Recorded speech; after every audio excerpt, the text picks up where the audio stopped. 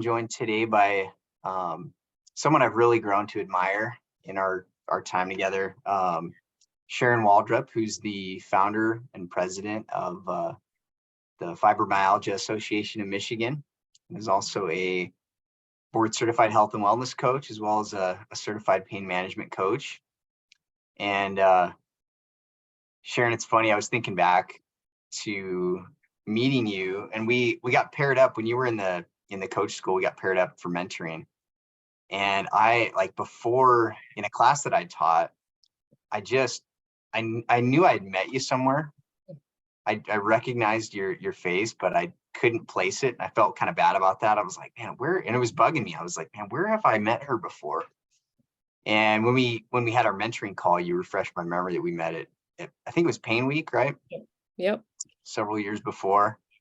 So that was fun. It was fun just, finally being able to reconcile that. And we got to know each other a little bit better during our time, doing the mentoring and in your time in the course. And you have a really unique specialty that I think a lot of coaches could benefit from, and a unique experience. So I wanted to, like many of our coaches, you have your own pain story and you've had your own experience with it.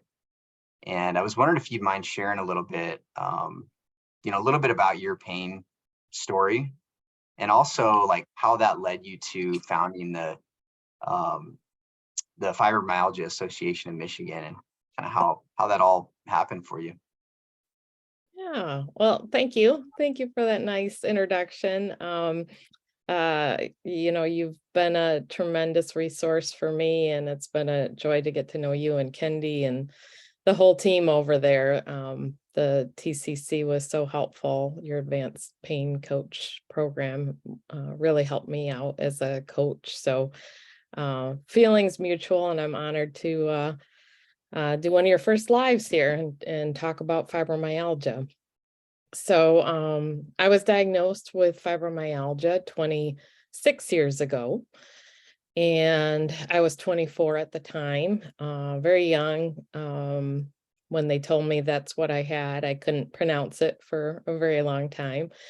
And it was really a crazy time. I had been out of college just for a short while. I was working in my first job out of college doing public relations for a wire and cable company. And, I just started feeling pain all over my body, to the point where I would look under my suit jacket and look for a bruise or a burn or some physical sign that I had pain, and, there was nothing there. My story's a little unique in that it kind of has sort of a fast, acute onset and a quick diagnosis. And sadly, the quick diagnosis part doesn't happen for a lot of folks. One of the latest, I think, research studies that have looked at it says it can take someone on average about 5 years to get a diagnosis. So anyways, but my pain started before that. And I think actually I probably had fibromyalgia and some form of chronic pain my entire life. What I say is it became like full blown at the age of 24. It came and stayed.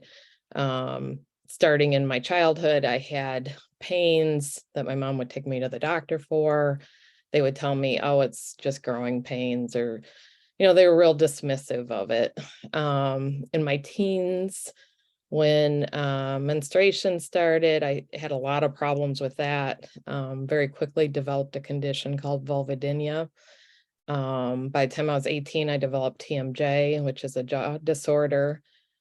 And then, and I also had endometriosis. And then by 24, I had fibromyalgia. So all of those lovely conditions cluster together a lot with people with fibromyalgia.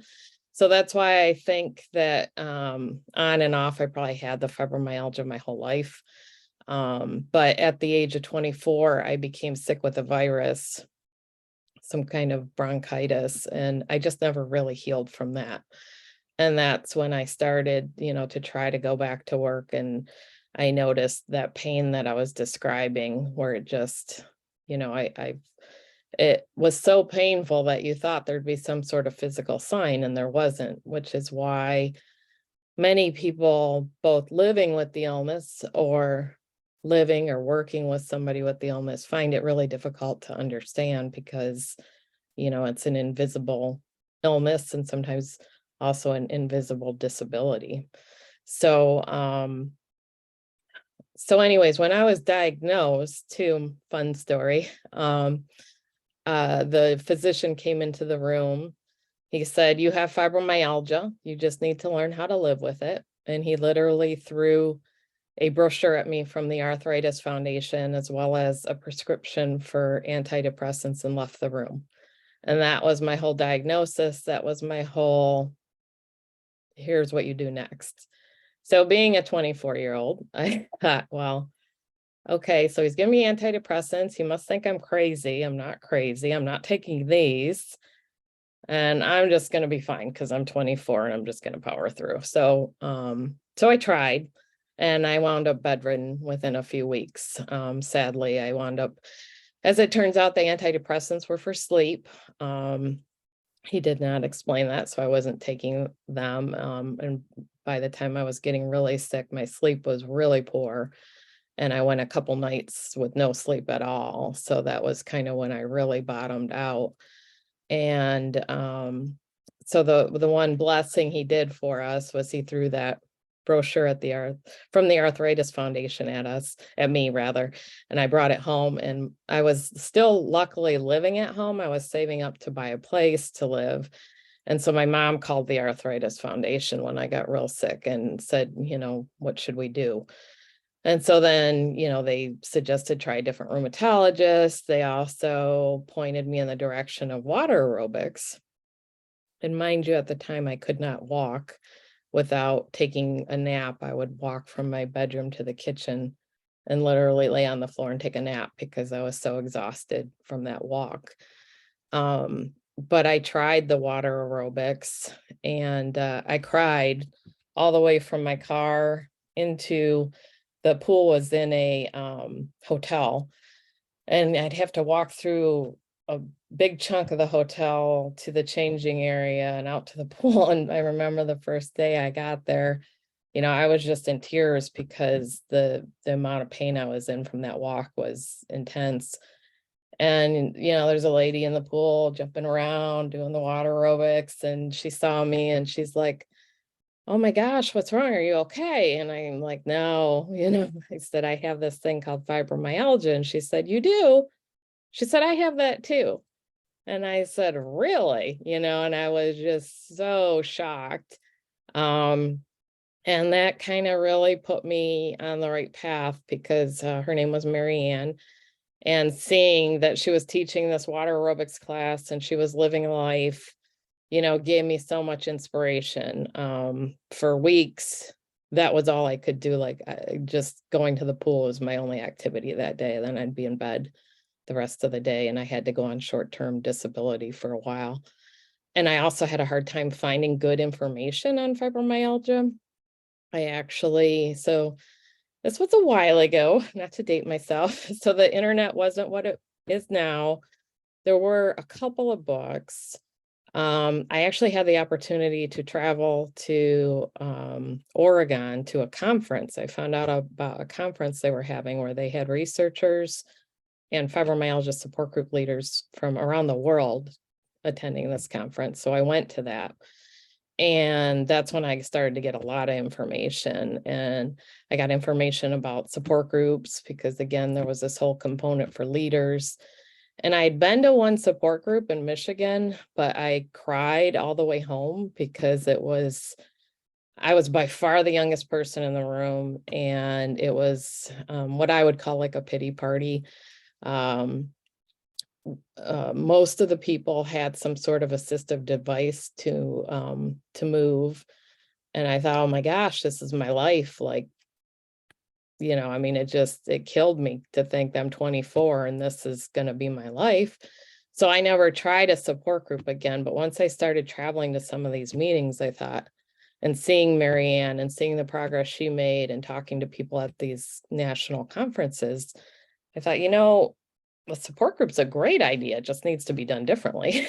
So the Arthritis Foundation, right around that time, coincidentally or not, maybe fate, offered a training to become a fibromyalgia support group leader. So I did that. And then I was on my own to start a group. And can remember starting the group 25 years ago. This past November is when I started. And we've been meeting monthly ever since. And I was praying that there'd be 5 to 10 people there. And I had 70 people the first night.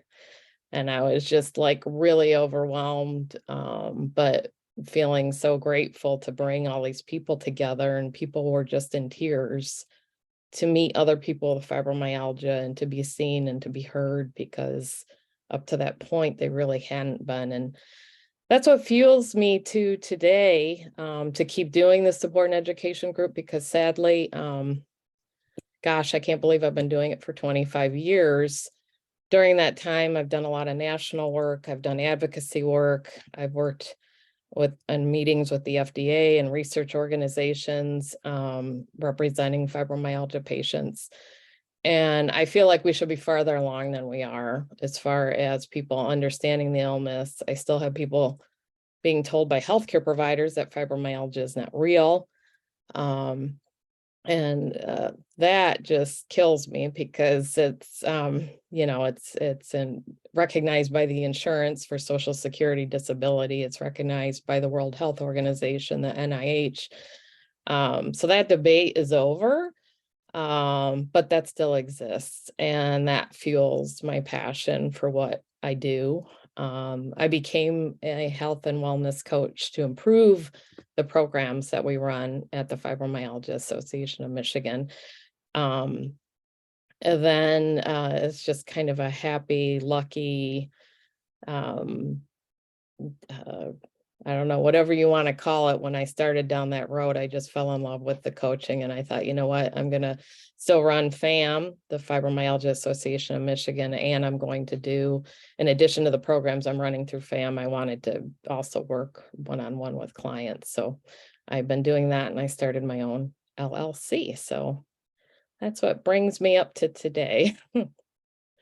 It was neat hearing that progression that you took from trying to figure it out on your own to meeting somebody in the pool that had fibromyalgia, and then, taking that kind of your passion for figuring out your own health and finding healing and finding, purpose and meaning, and connecting that with, really this beautiful thing of, creating a group, creating a network for people and advocating for them. And yeah, it's a really neat gift to give back. I see that Kendi has her hand up. Kendi, do you have something to say there? I just have a question for you, Sharon, because I was really thinking through that piece of, you were in the trenches when fibromyalgia was really not being looked at, right, as a thing. So I'm wondering how that looked for you socially, because you were very young, right? 24 years old. That must have been some navigating. Oh, for sure. Social piece. Yeah, no, for sure. I thought I'd never get married or have kids. I thought, who's going to want to date me? That it was heartbreaking. And I'm really blessed. And that was another piece that once I started doing the support group, it broke my heart, because it made me realize what a gift I had in my own life that maybe I took for granted, that my family and friends were so supportive. And once I started doing the support and education group and saw that that is not the case for so many people, I thought, gosh, I really credited my strength to having that support behind me. And I was not sure would I be able to do what I was doing without that, and to see all of these people not have that on a daily basis. And if I could give them somewhere to go once a month, that would be awesome. But to get back to the social question, it was easier for me because my friends and family understood. It was a little trickier with like acquaintances and even my husband. So my husband and I have a When Harry Met Sally story where we, if and I know that's kind of an older movie now, again, I'm dating myself again, but so we met, we kind of dated, didn't quite work out, but we remained friends and we stayed in each other's lives for a good gosh, like 7, 8 years before we started dating again, I think. And so anyways, we'd float in and out of each other's lives. And when we started dating, occasionally then that's when I had the fibro. By then I didn't have it when I first met him. I would cancel all the time and he'd call the house and my mom would say she's sleeping. And one time he said to me, if you don't want to go out with me, just tell me, don't have your mom make excuses for me. And I said, no, I was afraid to tell him. So I told him and he goes, well, why didn't you just tell me? Like, because I thought you wouldn't want to go out with me, and I'm just lucky that way. I got a very good man and he was very understanding of it all. And, once I was open and honest about it, then that really helped. But it is hard. You're right. The social piece is very hard for people, no matter what the age is. It's a difficult challenge. And a common theme that comes up with a lot of our clients is this idea of, feeling some shame around your condition or feeling diminished, demoralized.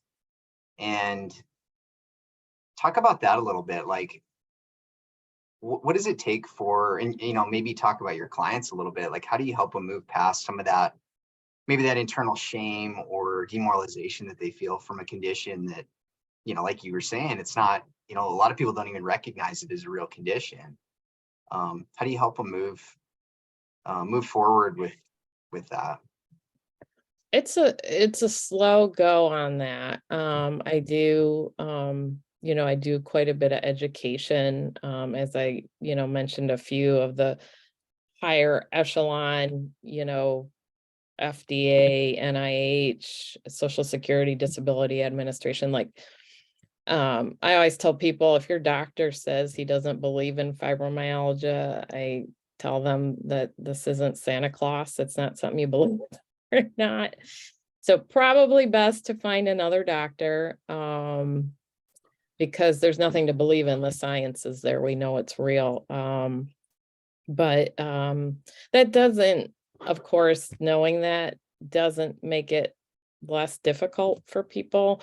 I think the folks who maybe don't have a good support network, that's a place to start, because you might have a client who does have a family or friends who maybe aren't supportive because they don't know how to be. And so those are good people, because if you can provide education and different pieces of solid communication as to what your needs are, they might be there for you. So there are definitely a group of people that you can easily work with. Sometimes it's harder. They try to bring in the education piece. What can be so hard is if, like, say, a spouse went with the person with fibromyalgia to a doctor and heard from a doctor it's not real. That can be really challenging to the relationship, because it's just so confusing then for that spouse to understand that this fibromyalgia is actually real if they never hear it again from another, like, trusted professional. So I think just slowly chipping away at it, trying to maybe help people find a support network, perhaps like a support and education group. Like my group was always in Michigan, and the silver lining of COVID for us has been that I went online, and it was actually a move that I was toying with doing at least once in a while because I had a lot of requests for it. I'm in just outside of Detroit, so our group was kind of like Metro Detroit area. I had a lot of requests from like outstate Michigan to, you need more groups. Can you come out here? So the silver lining of COVID was going on Zoom. My group is actually now national, and I host annual conferences for Fibromyalgia Awareness Day, which is in May. And those conferences have gone international now. So just finding a good group that maybe, well, mine's only once a month, there might be other groups you can connect with that would provide even more. And, sometimes, we as health coaches who made me run groups, and I know that was a big piece of our training at TCC, if just learning from each other and hearing other people with fibromyalgia, like how they're coping or how they've gotten a family member or friend to be more supportive, like those ideas can be just so impactful. Yeah, the theme that I keep hearing is the support. Like this population, it seems like a group of people that really lack support, and you've provided like this giant support network. So another thing that's kind of this burning question I have is I think a lot of health coaches, even in the pain world, maybe we don't have a lot of experience coaching someone with fibromyalgia. I have a grand total of one client that I've coached. So I'm just wondering if you could share like maybe what unique challenges there are in coaching someone that has fibromyalgia, and maybe a little bit about like what your learning experience has been like in learning to coach one-on-one with somebody who has fibromyalgia. Yeah, that's a great question. I do think, of course, I haven't had the benefit of coaching anybody that doesn't have fibromyalgia, so I don't know how to compare it to something else. However, I have had support group members and even clients who've had like cancer and fibromyalgia, and some of them will tell me, boy, the cancer was great because I had all this support. And then, now the cancer is gone and it's back to like, well, you should be fine now. The cancer's gone.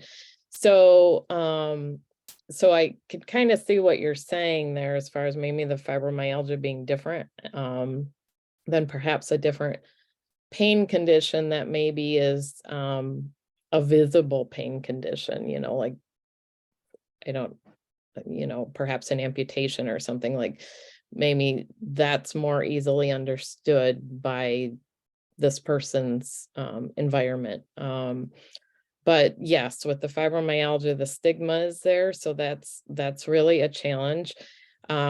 If they're not connected in yet to a good healthcare provider, that's probably a good starting place, because if they're saying things to you that my healthcare provider doesn't believe it's real, or just wants me to take some medication, things along those lines, and maybe they don't have, the right medical team behind them yet, which often I run into that quite a bit. It's actually hard to find doctors who do treat fibromyalgia and treat it well.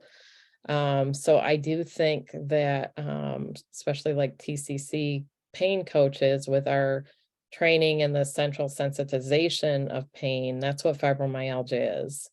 So fibromyalgia is a disorder of the central nervous system, where basically, if you think of it in terms of like you have an amplifier for, your radio, your TV, and you turn that dial all the way up to high, and the volume coming out of there is just so loud. Well, our central nervous system is turned way up. So anything that the central nervous system can impact, any sensory, so that's our vision, that's our smell, that's our feeling, just for me, just wearing clothing was painful. And for people with fibromyalgia, just wearing clothing can be painful.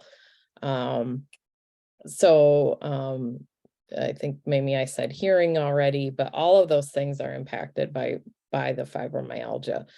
So it can be really difficult, especially when you have then so much going on, so many areas of your life being impacted. I think the number one thing that happens with a lot of the coaching people I work with, and even in the support and education group meetings, is people don't know where to start because there's so many like paths that are like broken that they want to fix. And you can't fix them all at once. You don't have the energy, you don't have the money. I also, my opinion is not to fix too many things all at once, because if you're tweaking things, then you won't know if you're having a bad response to something, what you're having the bad response to, because there's too many variables that you're changing at once.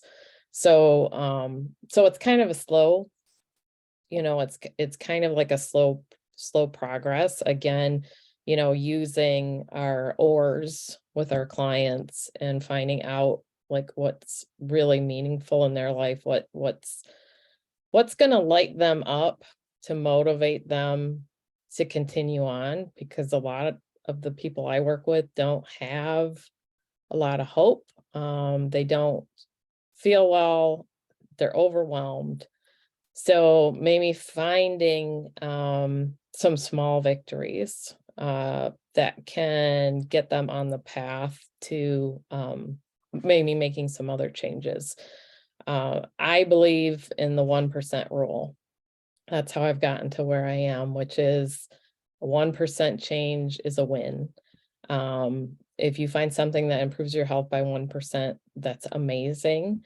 So, and then you keep looking for things, like I went off of gluten, and that was probably a 20 to 25% win for me. So my sleep improved dramatically. I no longer have pain wearing clothing. My fibro fog improved quite a bit. So, I mean, sometimes you can have something like that happen where you get a 20, 25% gain, and then 5% here, 10% here.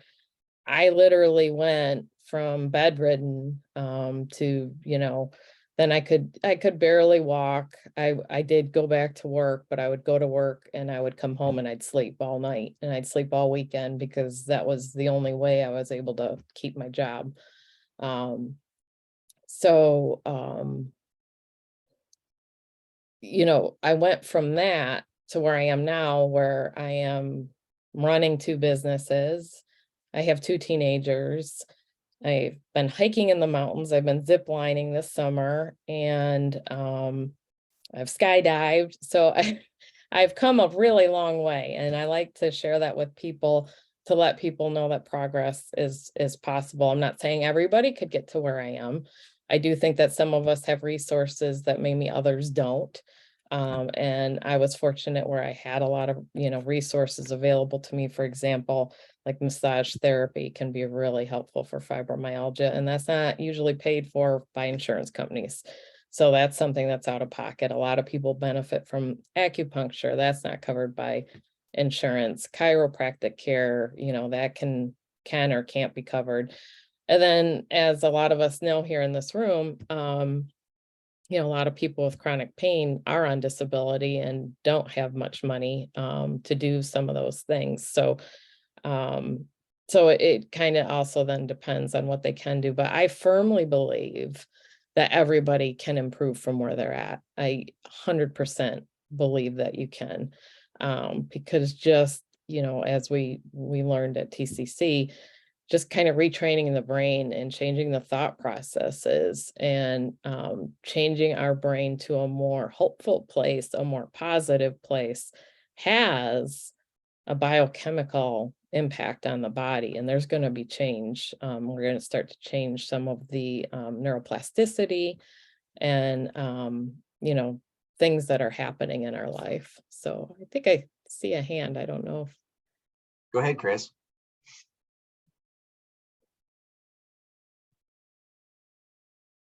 Oh, I think you're on mute. Yes. Yes, I think you've answered a lot of it. I relate to so much of what you're saying. I also have a fibro diagnosis. And yeah, I don't even know where to start because I relate to so much of it. So I'm thinking about with fibro patients, And you said the magic word, which was the central sensitivity, or the central sensitization. And I do think about like going in and like getting that master dial, that master volume, and lowering that. And so the more, we can kind of lower that master dial. And so I'm wondering how much of it is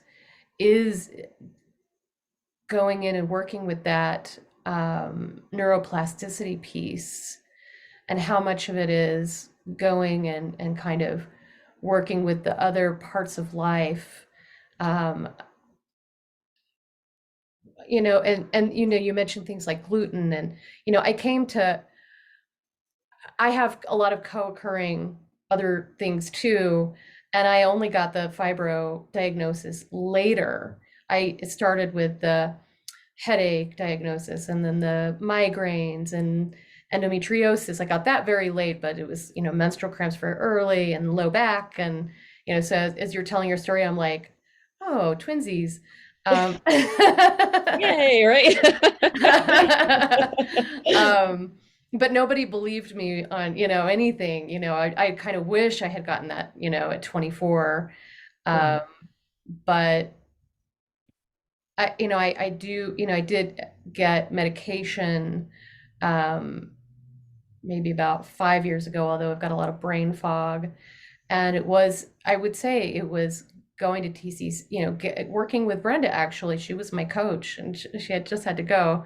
And learning about neuroplasticity that made such a huge difference for me in lowering pain levels, and doing things like meditation, to really lower pain levels. But I do kind of go like, okay, how much of this is fibro for me? And, and I cut out things like gluten years ago. And so I am so curious about, um, when you're working with people with fibro, um, what you do for them to work with their pain, and for you, like what your pain levels are, and yeah, like kind of what that looks like. I mean, I guess you're not working with other people, but um and you're saying, I have heard from people, like I just went through a training for this very long question. I'm sorry. I'm kind of thinking out loud here. Yeah. I just went through a training for like pain reprocessing therapy, and it was a lot about like making the brain feel safe. And so a lot of safety reappraisal, and that helped me a lot. And just being like, you're safe in your body.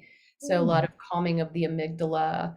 Um, so yeah, this it's a lot of thoughts more than of a question. So, kind of just conversationally here, what are your thoughts as a fellow fibro person, of all the kind of thoughts I threw out here? Like, what are your thoughts, your response to that, I guess? Yeah. Well, thanks, Chris, twinsy. Sadly too, if you haven't worked with fibromyalgia patients or clients, they're going to have a cluster of conditions.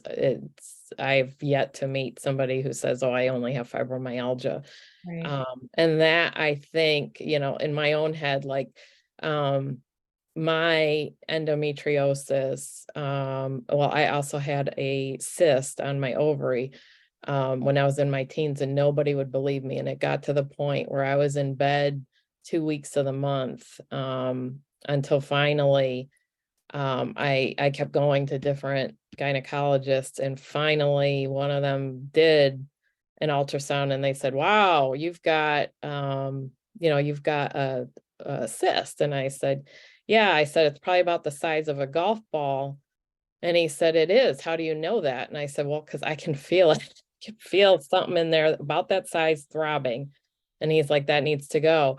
And I went years in that kind of pain. So I just, knowing what I know now about neuroplasticity, central sensitization, I'm convinced that if, we as health coaches, if we can somehow work with medical care providers who are seeing people with chronic pain, if we can intervene earlier, Yeah.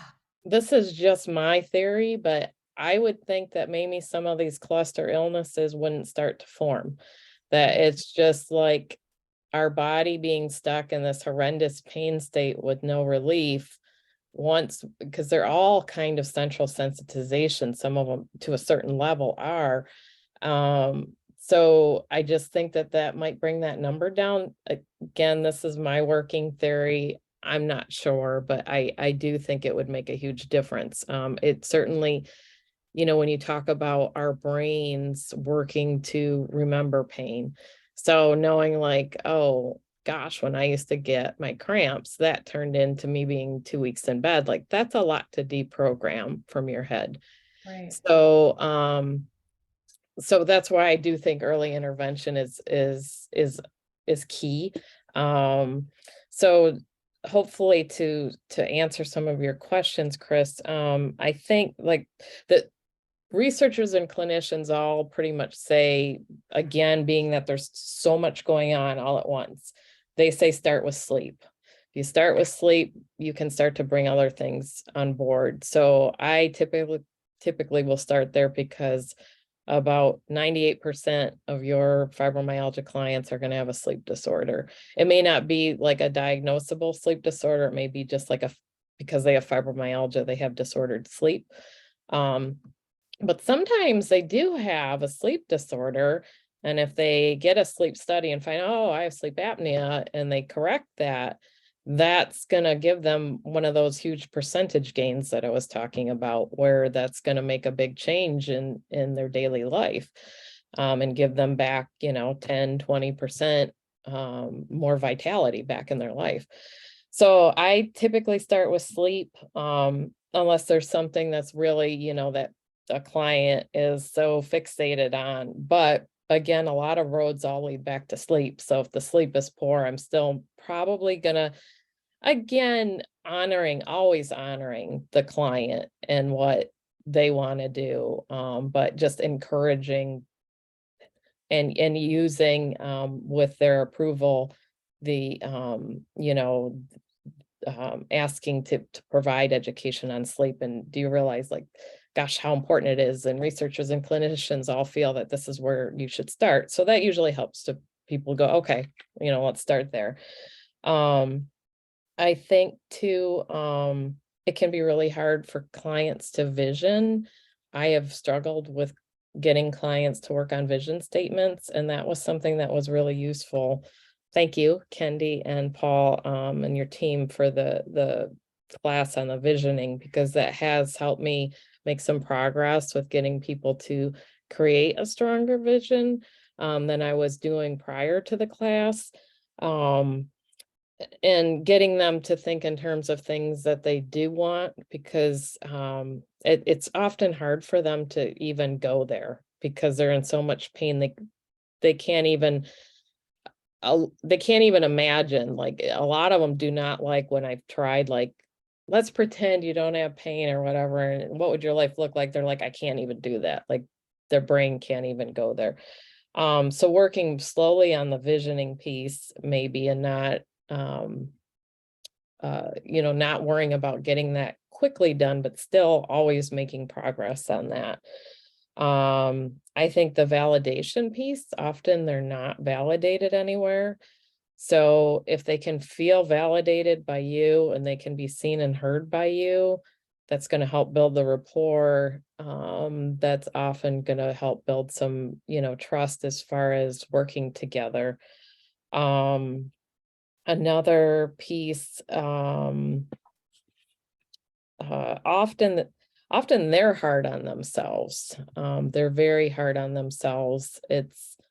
I don't know if it's coincidence or not, but so many people with fibromyalgia are the type A personalities who had this amazing life, crazy go-getters. And so to get them to slow down and to see, like, oh, I got out of bed today and I brushed my teeth, seeing those things as a win is not in their minds. And so I love Kristen Neff's work on self-compassion. She's my go-to a lot on that, where I will, like, get people to work on self-compassion and realize, like, hey, this, hopefully this is just for a short period of time, but right now, continually just like validating, wow, that was okay. So you cooked a meal today. How did that feel? I bet that felt good. That's something you've been wanting to do. So just validating what in their minds is smaller, but making them see, no, that was, that's progress, is really important. Another big one is the first thing I think that goes with fibromyalgia and probably other chronic pain patients of any variety is joy. Anything that brings them happiness, they X that off the list because you're trying to survive. So what do?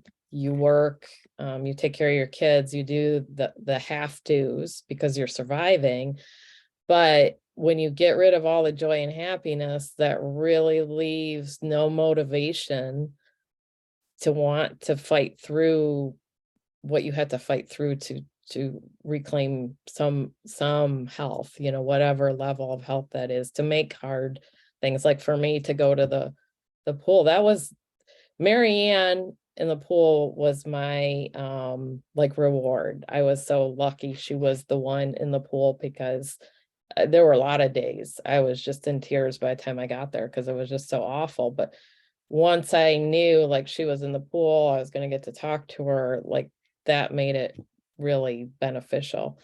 Point to that being again is that was really hard for me to have the energy to drive, walk through a hotel crying because I also felt really vulnerable and stupid, to be honest, walking through hotel hallways where people would see me and I'd be crying, but that's what it took for me to get there. And so we're going to be working with our clients and they're going to be wanting to do these hard things. And at the end of the day, there has to be something there that they love, that lights them up, that is going to give them the fire to go through those hard things that they need to do to get well. So that has to become a priority pretty quickly.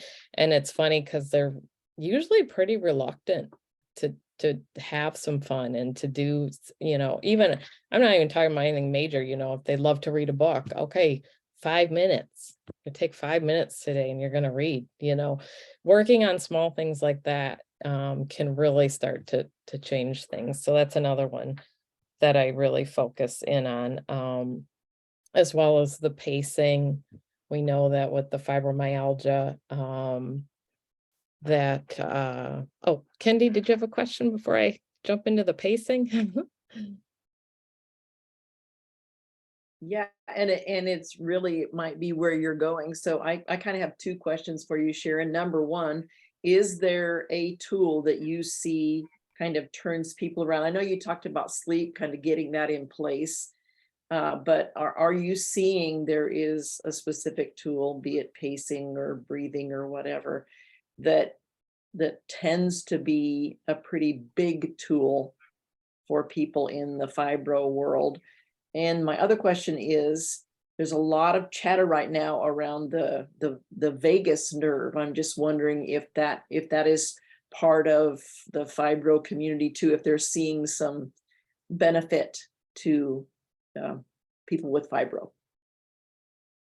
Yeah, so I haven't heard anything official from kind of the fibro researchers on the vagus nerve, but I personally think it's amazing. I think it one of my favorite meditations right now is on Insight Timer, and it's a guided meditation. 6 minutes calms your vagus nerve, and it's a breathing meditation. And I can just feel like my whole body calm down when I do that. So I do that right before I go to sleep. So anything that is going to calm the autonomic nervous system with fibromyalgia is going to help with sleep. It's going to help with some of the fibro fog. It's going to reduce some pain, maybe not initially, but we know with fibromyalgia, basically people are stuck in that autonomic nervous system being switched on to the fight, flight, or freeze. So anything that you can do, and I know, Chris, you were kind of talking about that, to calm that autonomic nervous system, you're on the right track, because anything you can do to calm that is what I work on with people with fibromyalgia. As far as a go-to tool, were you thinking just in terms of sleep or overall, Kendi? I was just kind of curious, like, is there a tool that you hear mentioned over and over and over, like, this was huge for me? Yeah, that's a good question. I would say the tools that I have seen give the greatest gains are exercise, which in fibromyalgia world we call it the E word. Nobody likes that word. You may want to start calling it therapeutic movement. That sometimes is a little gentler, kinder, and like people can go, oh, okay, what's that? You say exercise and they're like, no, I'm out. I can't do it. So exercise can be a huge one, but that's going to be, really small steps. Literally, walking to the end of your driveway and back, maybe like where somebody starts. And again, for a type A personality, they have a hard time swallowing that. So getting them to understand and realize, no, even if you feel better, like we're starting here, we'll see how you do, a few days of that. We'll see how you do. We'll see if we can add, can we add 10 more steps in? Can we add another minute in? Whatever kind of unit of measurement works best for you and your client, do that. The other, and then note too, that a lot of people with fibromyalgia have chronic fatigue syndrome. So chronic fatigue syndrome is a little bit of a different animal, where exercise can actually do more harm than good. So if they have chronic fatigue syndrome, you're really going to need like doctor involvement, as far as what movement is like safe for them to do, because again, it can actually not be, it's still like, I think movement's a really important piece, but you have to be more careful and understand if they have a chronic fatigue syndrome diagnosis, that the exercise is going to be even more difficult and could also be counterproductive. So so just bear that in mind. But the other big ones have been diet. So it could be gluten, it could be sugar, it could be processed foods, it could be all of those if you have a client who's willing to do all of them. But I've seen huge gains made in making that switch. So that's another good one, as well as mental health. Sometimes, oftentimes, people maybe have not had any mental health support for dealing with a chronic pain illness, even if they don't have a diagnosis of depression and anxiety, which by the way, does happen at higher rates, which we know that even with other forms of chronic pain, but it does happen. I want to say, I think 30-ish percentage at least, might have like anxiety or depression also.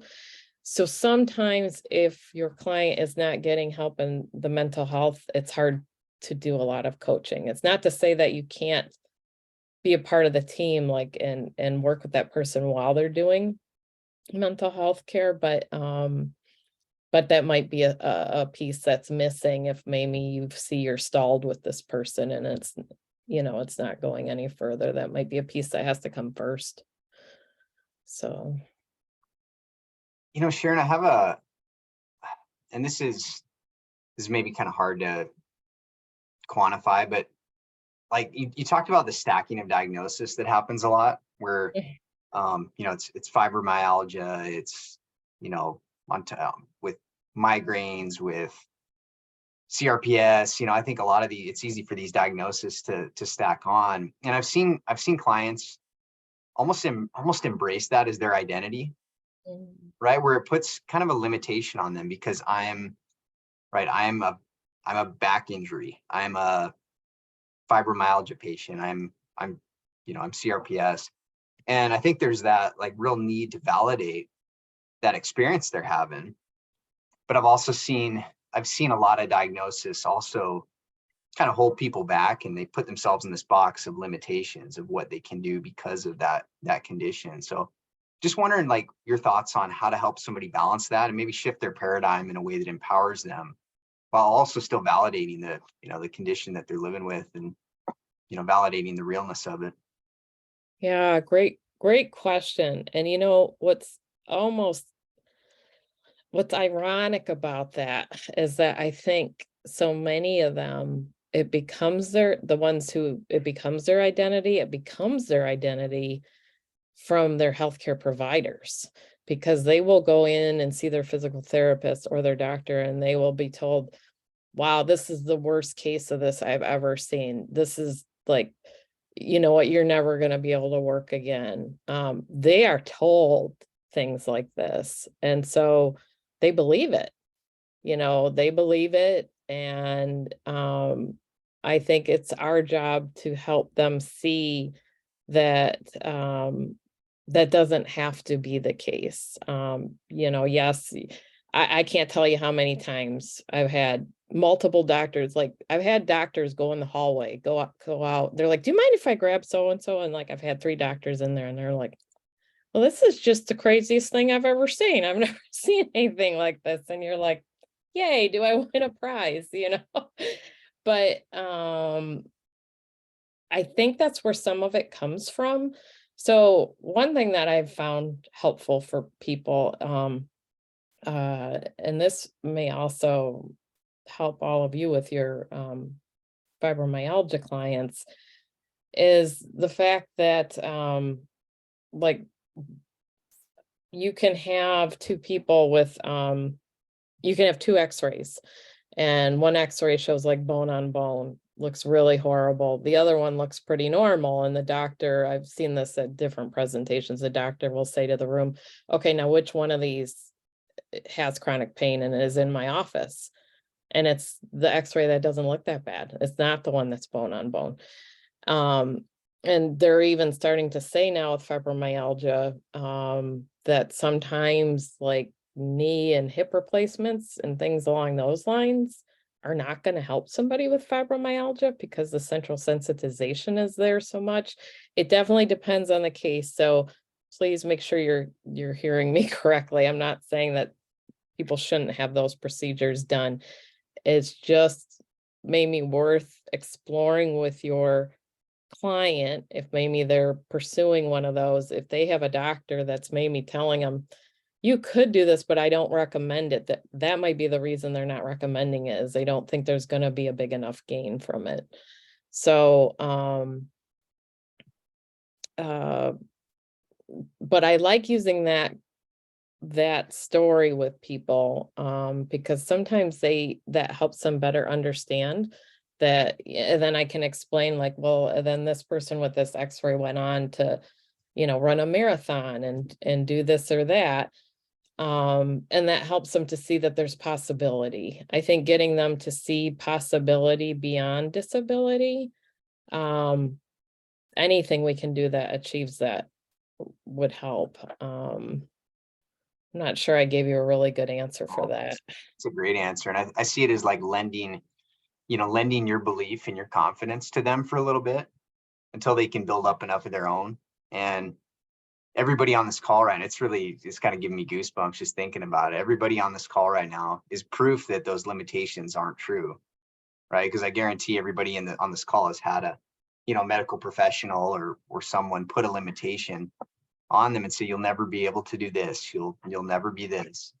And we find that like the human spirit is way stronger than that diagnosis or that limitation that someone puts on them. So I love what coaching does for belief. And I think people in the fibromyalgia world and in, just in chronic pain in general, just need more of that, more belief in themselves. And it's what pain coaches do best, is knowing that, they've been through a lot and that what's possible for the client is way greater than what they've been told. So Absolutely. Yeah. We got a few minutes left. Chris, I see your hand up there. Go ahead. Yeah, I want to share a little on the flip side of that, which is that I went to a ton of doctors And because all of my stuff was around central sensitization, and there's such a lack of understanding of central sensitization in the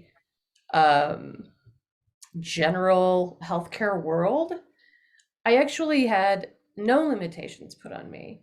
I had nobody understand why I was having so much pain. So as somebody, I didn't get, they can't see endometriosis unless they go up in there. No, they can't see a migraine. They can't see fibromyalgia.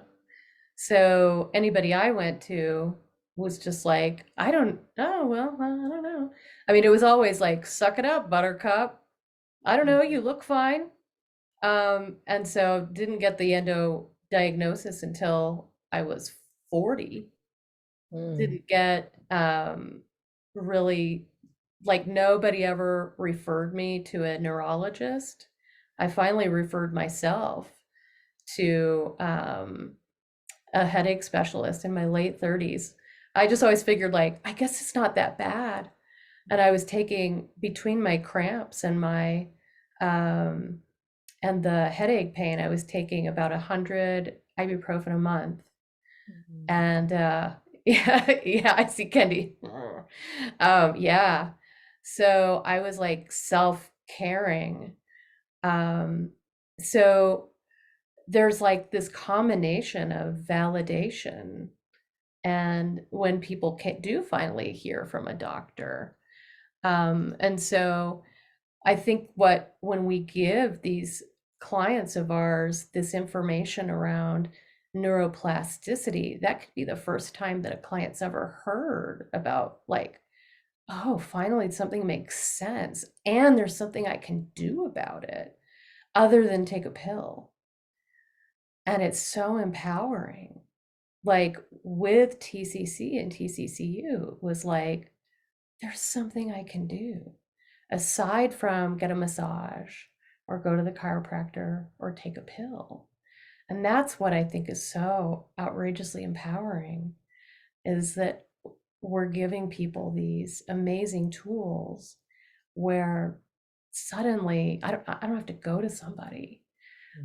So it's like the diagnosis can be empowering to know, like, oh, I've been walking around for 40, 50 years not knowing why I'm having this pain. And so somebody can get a diagnosis, and it can be like, oh, thank God, at least I know why, and I can get a pill. But then you're stuck relying on pills, and the pills can give you more brain fog. And then we can give these people, like, oh, you have strengths, you have hope, and then there's neuroplasticity, and there's something you can do about it. And so the diagnosis can be a double-edged sword, but then with us giving them these tools to help with neuroplasticity and the education around it, it's just so empowering. For sure. No, I think you're so true. And I think the diagnosis part is really important, because kids are not getting diagnosed with fibromyalgia because the doctors don't want to label them. And I think that's a mistake, because, if they had cancer or something, are we not going to not label them and then they won't get treatment? Like, so I think the labeling has to happen without the, oh, and this is going to be the worst, like, good luck to you, like, that piece needs to go. And hopefully you'll have some people who have good doctors, and if they don't, you may be that first medical intervention that's telling them this is not the end of your life. There is life beyond this. There's things that can be done, like you're talking about the neuroplasticity, and like you said, Chris, there's a pretty good chance no doctor has mentioned that to them at all. So yeah, so what we have to offer our clients, I think, is huge.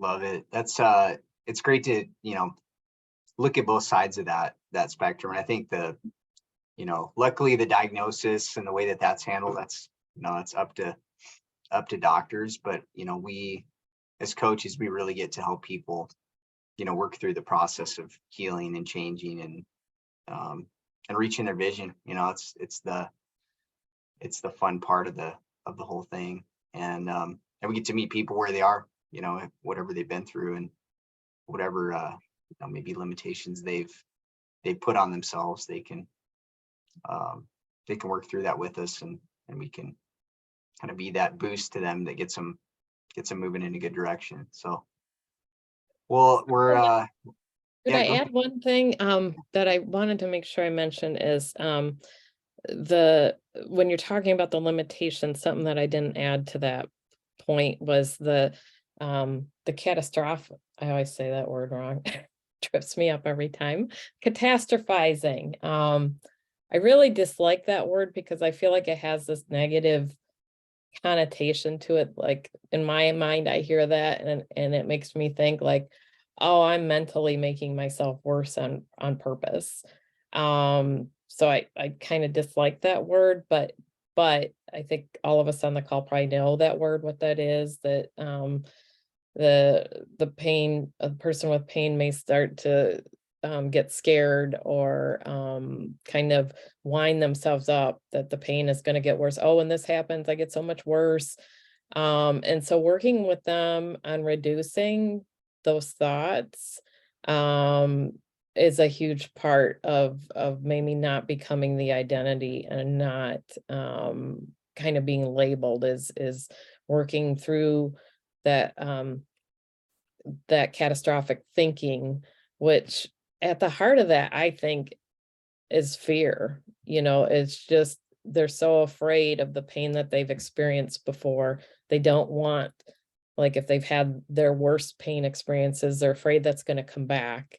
And so, like, maybe working with them on what scares them and the fact that, yes, you had these bad moments, but look, you've had these good moments too. And so we can reduce the pain, you know, if you're able to find examples like that or work towards hopefully giving them their first example. Maybe it's even, hey, you know, if you notice like they're doing meditation or yoga and they go, you know what, I feel just, you know, a little bit better when I do that. Maybe you can remind them of that. Like, hey, the next time you have these thoughts ramping up about the pain getting worse and oh man, this is it. It's this therapy, this whatever is not going to work for me anymore. I'm getting sicker. You know, work on bringing some of those things in that reduces those thought patterns would be helpful. Mhm. Love that, like an active approach to you know, making a change there. Really the key to a lot of this stuff.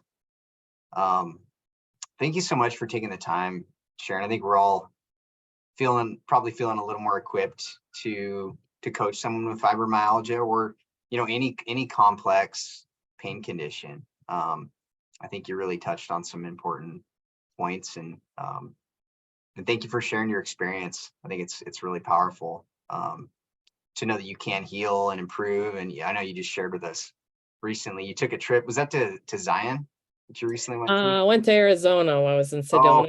Yep. Okay. Yep. And hiked Devil's Bridge there and did a little hiking in the Grand Canyon. And yeah, it was fantastic. Did zip lining over animals in a park, which was crazy with my son and my niece. So that was a lot of fun.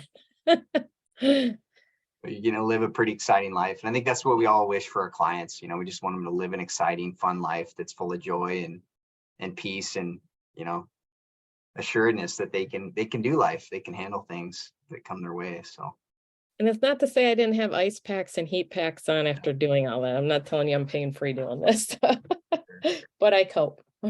yeah, absolutely.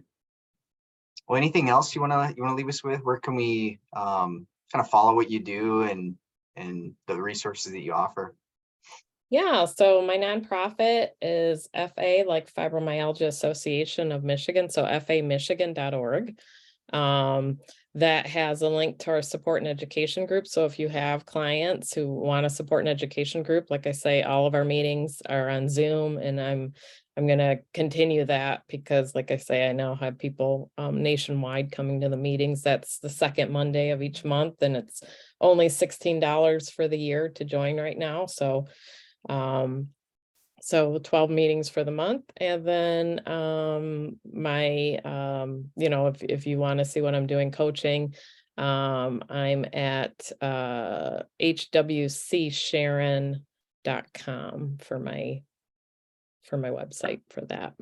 Also my Facebook for Fibromyalgia Association of Michigan, if you search that in your Facebook, that has ongoing research, resources, inspiration for people with fibromyalgia. So that's another good thing for people to be connected with. Good stuff. Well, thank you for what you're doing in the world. It's so needed and important, and appreciate you taking the time to talk to us and share your expertise. Thank you. It was a lot of fun. Good to see you and Kendi and meet some new folks. So I enjoyed it. Thank you for having me. Thanks, Sharon. Have a good day. You too. Take care. Yeah, everybody. Bye.